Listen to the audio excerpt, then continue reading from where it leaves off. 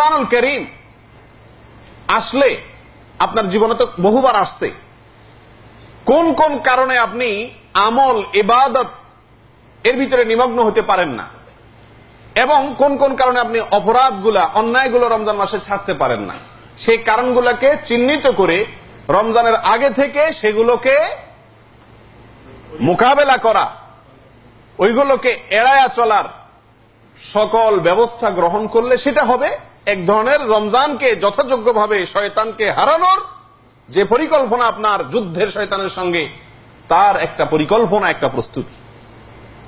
কথা বুঝে আসছে? প্রিয় দিনী ভাইরা, অনেক লোক আছে রমজানে ভালো কিছু করতে চায় কিন্তু হয়ে ওঠে না। এক সালাফকে জিজ্ঞাসা করেছিলেন একজন যে আমি অনেক কিছু রমজানে করতে চাই কিন্তু হয়ে ওঠে না আমার দ্বারা, কেন? তো তিনি বলেন, এর মানে হলো তোমার আগে অনেক অপরাধ ছিল, সেগুলো আল্লাহর কাছ থেকে তুমি মাফ করায় নাও নাই, ওগুলার জন্য ইস্তেগফার এবং তওবা যেভাবে করা দরকার সেটা করো নাই, যার কারণে আল্লাহর রহমত এর উপযুক্ত তুমি হইতে পারো না, নিজেকে করতে পারো নাই। এই জন্য প্রিয় দিনী ভাইরা, প্রস্তুতির অংশ হিসাবে পিছের গুনাহগুলো প্রসঙ্গে আল্লাহ তাআলার কাছে ইস্তেগফার করতে হবে, ক্ষমা প্রার্থনা করতে হবে। যে রমজানগুলো গত হয়ে গেছে বা যে জীবনের যে অংশটা বিগত হয়ে গেছে, এখানে আমার যে জুলুম, আমার যে গুনাহ, আমার যে নাফরমানি হয়েছে, সেজন্য আল্লাহর কাছে কি চাইতে হবে? মাপ চাইতে হবে। মাপ চেয়ে নতুন ভাবে এই রমজানের শয়তানের সঙ্গে যুদ্ধে তাকে হারিয়ে দেওয়ার প্রস্তুতি নিয়ে তারপরে নামতে হবে। প্রিয় দিনী ভাইয়া, আল্লাহ সুবহানাহু ওয়া তাআলা আমাদের সকলকে শয়তানের সঙ্গে যে লড়াই আমাদের সামনে আসছে, সেই লড়াই আমাদেরকে জিতার তৌফিক দান করেন। প্রিয় দিনী ভাইরা, রমাদানুল কারীমের বেশ কিছু বিষয় আছে যে বিষয়গুলোকে আমরা লক্ষ্য করলে আমাদের রমজান অনেক বেশি সফল হবে, সার্থক হবে, আমলগুলো অনেক বেশি সুন্দরভাবে আমরা করতে পারবো, বদামল থেকে বাঁচতে পারবো। সেই পয়েন্টগুলো একটা একটা করে আমি আপনাদের স্মরণ করে দিতে চাই। নাম্বার 1, রমাদানের বহু আমল আছে যেগুলো আমরা অভ্যাসগত ভাবে করি, ইবাদত হিসাবে খুব একটা করি না, অভ্যাসগত ভাবে, এবং সেই আমলগুলোর ভিতরে আমাদের ইস্তেহজারুন নিয়াহ বা ওই আমলটি করার সময় আমাদের সংশ্লিষ্ট আমলের জন্য কোরআন এবং সুন্নাহ যে ফজিলত আর মর্যাদার কথা বলছে, ওইটাকে আমরা স্মরণে আনি না, এমনি করতেছি। যেমন সাহরি খাওয়া, আপনারা তো সবাই সাহরি খান না? বলেন তো সাহরি খেলে লাভ কি? শরীর সুস্থ থাকে, এক ভাই বলছেন। আমি সে লাভের কথা বলি নাই। একটা হলো যে সাহর বা সাহরি খাওয়া, এটা নবী করিম সাল্লাল্লাহু আলাইহি ওয়াসাল্লামের সুন্নাত। আপনি যখন সাহরি খাচ্ছেন, ওই সময় আপনার মনে এই জিনিসটা আসা দরকার, আপনার মাথায় এই জিনিসটা আসা দরকার যে আমি যে সাহরিটা খাচ্ছি এটা এই জন্য খাচ্ছি, এটি সুন্নাত। এবং নবী করিম সাল্লাল্লাহু আলাইহি ওয়াসাল্লাম বলেছেন, তাসাহহারু ফাইন্না ফিস সাহুরি বারাকাহ, তোমরা সাহরি খাও, কেননা সাহরি খাওয়ার ভিতরে কি আছে? বরকত আছে। তাহলে আমি সাহরিটা যে খাচ্ছি, এখানে বরকত মানে কি? কল্যাণ। এর ভিতরে আল্লাহর পক্ষ থেকে কি আছে আমার জন্য? কল্যাণ আছে। প্রিয় দিনী ভাইরা, সাহরি নবী করিম সাল্লাল্লাহু আলাইহি ওয়াসাল্লাম সুন্নাত, এটা বরকতের খাবার। আরো সাহরির প্রসঙ্গে আরো বিভিন্ন হাদিস আছে। এই সমস্ত হাদিসগুলাকে মাথায় রেখে সওয়াবের আশায় তারপরে যদি আপনি সাহরি খান আর রোজা রাখেন, সিয়াম পালন করেন, তাহলে সিয়ামের ফজিলত আপনি লাভ করবেন। নবী করিম সাল্লাল্লাহু আলাইহি ওয়াসাল্লাম বলেছেন, মান সামা রমাদানা ঈমানান ওয়া ইহতিসাবান গুফিরা লাহু মা তাকাদ্দাম। ঈমানান ওয়া ইহতিসাবান, ঈমানী চেতনায় উজ্জীবিত হয়ে আল্লাহকে সন্তুষ্ট করার আকাঙ্ক্ষা অন্তর থেকে লালন করে তারপরে যদি সিয়াম পালন করেন, সেই সিয়াম আপনার পিছের গুনাহ মাফ করে দিবে। এখন আমাদের সিয়াম এমন হয় কিনা, সাহরি খাই, ইফতার করি, কেন রাখছি, কি রাখছি, কি উদ্দেশ্য, কি আশা, কি ভরসা, এই সম্পর্কে নিজের মধ্যেও কোনো কি নাই, ভাবনা বা জল্পনা কল্পনা নাই। কি কথা ঠিক বলছি না ঠিক বলছি? সাহরি খাওয়া দরকার, খাইতেছি, ইফতারের সময় ইফতার করা দরকার, করতেছি, ঠিক না? কেন সাহরি খাইতেছি, কেন ইফতারি খাইতেছি, কেন সিয়াম পালন করতেছি, লাভ কি হবে, এই বিষয়গুলোকে ভাবনায় আনা, এগুলোকে ইস্তেহজার করা, এর প্রবণতাটা একেবারেই কম।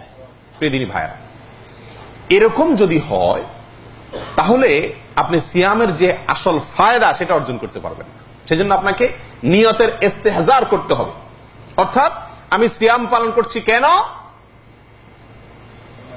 আমি যেহেতু ইমান আমার ভিতরে আছে, আমি যেহেতু ইমানদার, ইমান ওয়াহতিসাবান, ইমানি চেতনা আছে, আমি যেহেতু আল্লাহকে বিশ্বাস করি, সেই চেতনায় উজ্জীবিত হয়ে আল্লাহকে সন্তুষ্ট করব, শয়তানকে হারিয়ে দেব, আল্লাহ খুশি হবেন, জান্নাতের বিশেষ গেটে আমি প্রবেশ করব ভিআইপি গেট দিয়ে। এই সমস্ত আশা এগুলোকে আপনি মনে রেখে, তারপরে মাথায় রেখে যদি আপনি সিয়াম পালন করেন, তাহলে সেই সিয়াম পালনের ভিতরে এক ধরনের স্বাদ, এক ধরনের মধুরতা, এক ধরনের মজা, এক ধরনের আনন্দ, এক ধরনের ইতিবাচক উপলব্ধি আপনার ভিতরে হবে। আর আমরা কি করি? ওই যে সবাই ইফতার সারি খাচ্ছে, আমরাও খাচ্ছি, সবাই ইফতার করতেছে, আমরাও করতেছি। এই জিনিসগুলোকে ভাবার সুযোগ পাচ্ছি না, অথচ এটা করা দরকার। যে কোনো ইবাদতের মধ্যে ইস্তেহজারুন নিয়্যাটা খুবই গুরুত্বপূর্ণ পয়েন্ট, যেটা আমরা রমজান মাসে বেশিরভাগ ইবাদতের ক্ষেত্রে করি না। কথাটা কি বুঝাতে পারছি ভাই? আপনি যখন সারি খাবেন, ইফতার খাবেন, মনে রাখবেন কি, যে আমি এই সিয়ামটা পালন করছি কেন? আল্লাহ সুবহানাহু ওয়া তাআলা সন্তুষ্ট হবেন, আল্লাহ আমাকে নিজে হাতে পুরস্কার দিবেন কিয়ামতের দিন। সব আমলের পুরস্কার আল্লাহ বলে দিয়েছেন, এত এত করে পাবে। আল্লাহ বলছেন এটা বললাম না, এটা হাতে রাখলাম। সুবহানাল্লাহ। এটা কিয়ামতের ময়দানে আমি নিজে দিব। আমি রোজা রাখছি কেন? আল্লাহর হাত থেকে নিজে পুরস্কার নেব সেজন্য। আমি রোজা রাখছি কেন? জান্নাতের ভিআইপি গেট দিয়ে, সাধারণ গেট দিয়ে সবাই যাবে, আমি ভিআইপি গেট দিয়ে প্রবেশ করব, সেজন্য রোজা রাখছি। রোজা রাখলে সেই গেট দিয়ে ঢুকা যাবে। আমি রোজা রাখছি কেন? আমার পিছের সব গুনাহ আল্লাহ তাআলা মাফ করে দিবেন সেজন্য। আমি রোজা রাখছি কেন? তাহলে আমি ভালো মানুষ হতে পারবো। আমি রোজা রাখছি কেন? তাহলে আমি মুত্তাকি হতে পারবো। এই কথাগুলোকে প্রতিদিন সাহরি খাওয়ার সময়, প্রতিদিন ইফতারের সময়, প্রতিদিন রোজা রেখে দিনের বেলায় বারবার নিজের ধ্যানে, নিজের কল্পনায়, নিজের ভাবনায়, নিজের চিন্তায়, নিজের চেতনায় এটাকে বারবার জাগ্রত করতে হবে। যদি জাগ্রত করেন, তাহলে আপনার সিয়াম সাধনা আপনার জন্য সহজ হবে, রোজা কষ্ট হবে না, মজা পাবেন, স্বাদ পাবেন, আগ্রহ তৈরি হবে, এবং আপনি সিয়াম অবস্থাতে যে কাজগুলো নিষেধ সেগুলো থেকে বাঁচা সম্ভব হবে, সহজ হবে, যদি আপনি আপনার এই সিয়ামের ফাওয়ায়েদ, উপকারিতাগুলোকে মাথায় রেখে, ওই আশায়, ওই লোভে, ওই নিয়তে আল্লাহ সুবহানাহু ওয়া তাআলার কাছে এটা তামান্না করে, আকাঙ্ক্ষা করে তারপর আপনি সিয়াম রাখেন। কথাটা কি বুঝাতে পারছি ভাই? রাখা দরকার রাখতেছি, খাওয়া দরকার খাইতেছি, উঠা দরকার উঠতেছি, ভাঙা দরকার ভাঙতেছি। এই যদি হয় সিয়াম, তাহলে সেই সিয়াম আমাদেরকে খুব বেশি পরিবর্তন আনবে না। কথা বুঝাতে পারছি? আল্লাহ তাআলা আমাদেরকে তৌফিক দান করেন। কিন্তু নিয়তের কথা যেহেতু আসছে, একটা কথা বলতেই হয়। আমাদের দেশে, বিশেষ করে পাক ভারত উপমহাদেশে এমন এক কালচার যে রোজার আলাদা নিয়ত করতে হয়, নামাজের আলাদা নিয়ত আছে, রোজার আলাদা নিয়ত মুখে বলতে হয়। করলে তো ভালো কথা, নিয়ত করা তো ভালো জিনিস, নিয়ত করা তো ফরজ। কিন্তু নিয়ত করে না, নিয়ত বলে।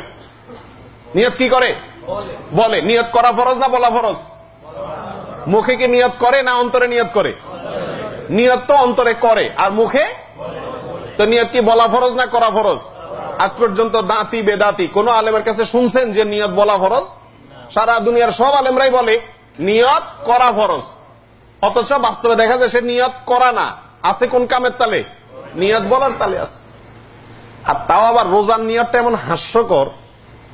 আপনারা যেহেতু সৌদি আরবে আছেন, আরবি বুঝেন মাশাআল্লাহ বেশিরভাগ মানুষ, তাহলে আপনারা সুন্দর করে বুঝবেন রোজার নিয়তটা কি জানি?